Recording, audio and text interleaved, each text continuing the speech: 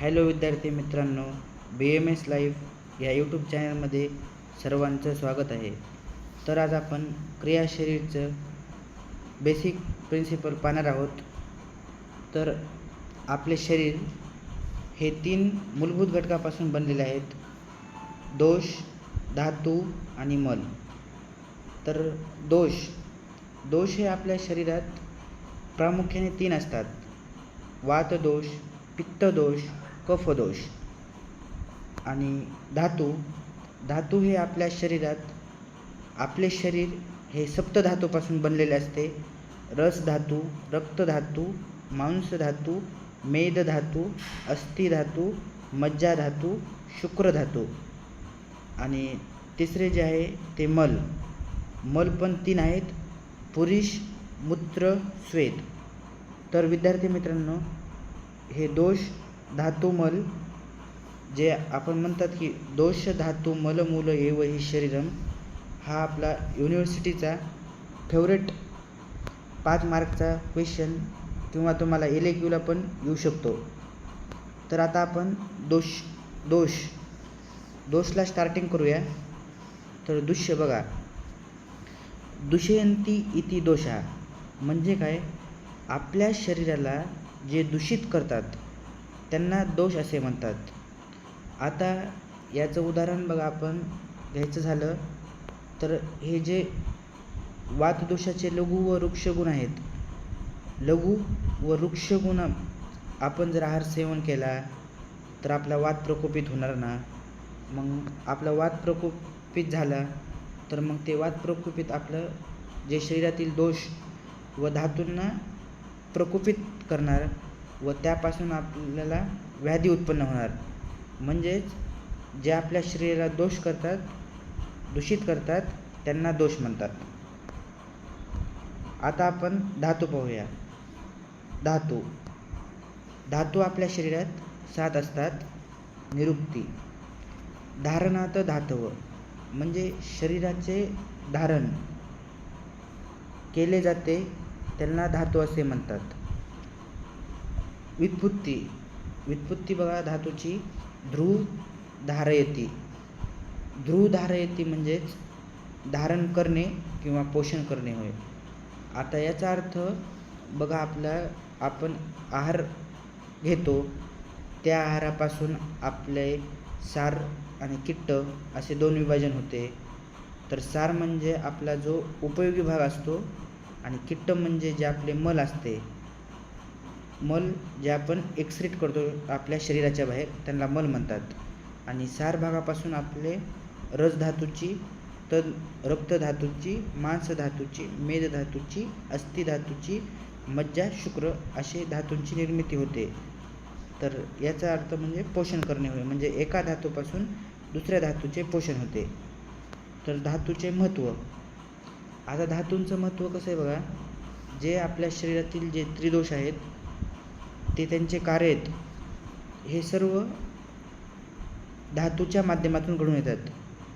दोषांचे कार्य धातूच्या माध्यमातून घडून येतात. याचं उदाहरण पाहायला गेलं तर हालचाल आता आपण क्रिया आहे, ती वातदोषाचे कार्य आहे. मग ही क्रिया आपल्या शरीरामध्ये हालचाल आपण करत असताना मांस धातूपासून होते ना. मग दोषांचं कार्य धातूंच्या माध्यमातून होते, म्हणजे दोष हे धातूंच्या आश्रयात राहतात. आता धातूंचे सामान्य स्थान. रसधातू संपूर्ण शरीर, शिरा, मांस व त्वचा या ठिकाणी असतो. रक्तधातू संपूर्ण शरीर आणि शिरा यामध्ये असतो. तर मांस आणि मेदधातू त्वचा या ठिकाणी असतो. अस्थि धातू मांस व मेदाच्या खाली असतो. तर मज्जा धातू अस्थिगत पोकळी या ठिकाणी असतो. शुक्र धातू प्रशन व संपूर्ण शरीरामध्ये असतो. नेक्स्ट पॉईंट, धातूंची श्रेष्ठ कर्मे. हे खूप इम्पॉर्टंट आहे बघा. आता ह्याचा श्लोक, प्रीणनं जीवनं लेपः स्नेहो धारण पूर्णे गर्भात्पादच्च धातूंना श्रेष्ठ कर्म क्रमात स्मृतम. आता बघा आपल्याला हे धातूंचे कर्मे सांगितलेले आहेत. हे खूप इम्पॉर्टंट आहे. हे बघा प्रीणन जीवनन लेप आपल्या धातूंचे क्रमावाईज सांगितले आहेत. जसे प्रीणन रक्ताचं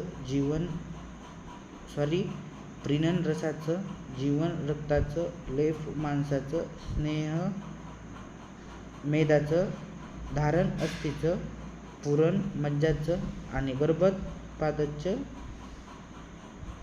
शुक्राचं असं क्रमाने सांगितलं आहे. म्हणून श्रेष्ठ कर्म क्रमात स्मृतम ह्या श्लोकचा अर्थ आहे. तर आता आपण एक एक पाहूया. रसधातूचे कार्य सांगितले आहे. प्रीणन म्हणजे कसे बघा, संतुष्टी निर्माण करणे किंवा ओलावा देणे किंवा आपण म्हणतात शरीराची तृप्ती करणे.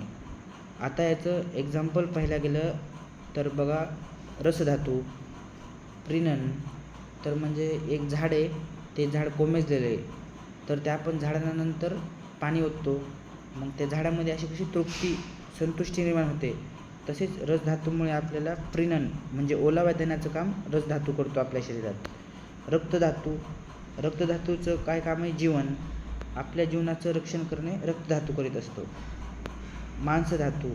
मांसधातू लेपन, आपल्या शरीरावयांना लेपन करण्याचे काम, आवरण घालण्याचं काम मांसधातू करतो. मेदधातू स्नेहन, आपल्या पूर्ण शरीराला स्निग्धता प्राप्त करण्याचे काम मेदधातू करतो. अस्थिधातूचं काम काय आहे? धारण करणे, पूर्ण आपल्या शरीराची स्थिती एकदम टिकून ठेवणे, तो आपला अस्थिधातू करतो. आणि मज्जाधातू पुरण, शरीरातील पोकळी भरून काढणे हे काम करतो. शुक्रधातू गर्भनिर्मिती करतो. आता आपण धातूचे क्रम पाहिले, नंतर उपधातू पाहणार आहोत. धातूंचे उपधातू पण हे धातू समानच असतात. ते शरीराचे धारण करतात परंतु पोषण करत नाहीत. रसधातूचे उपधातू स्तन्य व रज, रक्तधातूचा उपधातू कंडरा व शिरा, मांसधातूचा उपधातू वसा व त्वचा, मेदधातूचा उपधातू स्नायू व संधी, अस्थिधातूचा उपधातू दंत, मज्जाधातूचा केश, शुक्रधातूचा ओज. हे अस्थि, मज्जा, शुक्र या 3 धातूचे उपधातू आचार्य शरंगर यांनी सांगितले आहेत. आणि प्रथम वरच्या 4 धातूचे उपधातू आचार्य चरक यांनी सांगितले आहेत. आता आपण नेक्स्ट पॉईंट पाहणार आहोत. धातुमल. रसधातूचा मल कफ आहे, रक्तधातूचा पित्त, मांसधातूचा खमल, मेदधातूचा स्वेद, अस्थिधातूचा केश लोम नख, मज्जाधातूचा अक्षिस्नेह, पुरीशस्नेह, तोकस्नेह आणि शुक्राचे ओज. नेक्स्ट पॉईंट पाहणार आहोत. धातूचे पंचभौतिक संघटन म्हणजे कोणत्या धातूमध्ये जे आपले पंचमहाभूत आहेत, कोणत्या धातूमध्ये कोणत्या महाभूताचे आधिक्य आहे, यालाच पंचभौतिक संघटन असे म्हटले आहे. जसं रस हा लिक्विड फॉर्ममध्ये असतो, त्यामुळे त्यामध्ये आप महाभूत प्राधान्य सांगितलं आहे. रक्तधातूमध्ये तेज आणि आप महाभूत सांगितलं आहे. मांसधातूमध्ये पृथ्वी, मेदधातूमध्ये आप व पृथ्वी, अस्थिधातूमध्ये पृथ्वी वायू, मज्जाधातूमध्ये आप, शुक्रधातूमध्ये आप महाभूत सांगितले आहे. नेक्स्ट आपला आहे मल. मलिनीकरणात मलहा, जे आपल्या शरीरांना मलिन करतात त्यांना मल असे म्हणतात. मलिन करतात म्हणजे आपल्या शरीराला जे मळवतात त्यांना मल म्हटले आहे. मल पण 3 आहेत. त्रिमल आपण त्यांना असे म्हणू शकतो. ते आहेत पुरीश, मूत्र, स्वेद. तर विद्यार्थी मित्रांनो, कसा वाटला व्हिडिओ कमेंटमध्ये सांगा. थँक्यू.